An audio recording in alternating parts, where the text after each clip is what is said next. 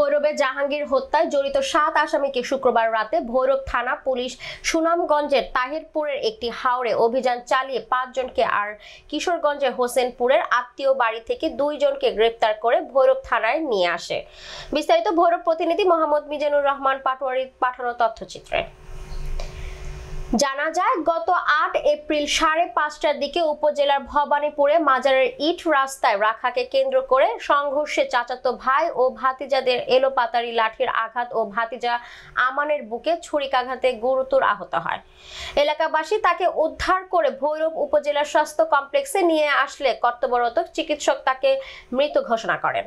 সে একই এলাকার হাফিজ উদ্দিনের ছেলে। এই ব্যাপারে নিহতের বাবা হাফিজ উদ্দিন অভিযুক্ত 29 জনকে আসামি করে ভৈরব থানায় হত্যাসহ বিভিন্ন ধারায় একটি মামলা দায়ের করেন। ঘটনার পরই আসামিরা বিভিন্ন স্থানে গা ঢাকা দেয়। এরপর থেকে পুলিশ বিভিন্ন স্থানে অভিযান চালিয়ে শুক্রবার গোপন সংবাদে খবর পেয়ে পুলিশের বেশ কয়েকটি টিম অভিযান পরিচালনা করে সুনামগঞ্জের তাহিরপুর হাওর এলাকা থেকে 5 জন এবং হেসেনপুর আত্মীয় বাড়ি থেকে 2 জনকে গ্রেফতার করে থানায় নিয়ে আসে।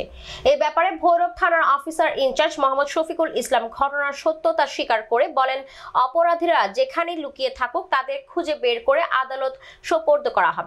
কাউকে ছাড় দেওয়া হবে না। আসামিদের বিরুদ্ধে ভৈরব থানায় একটি হত্যা মামলা তাদের গ্রেপ্তার করে আদালতে পাঠানো হয়েছে।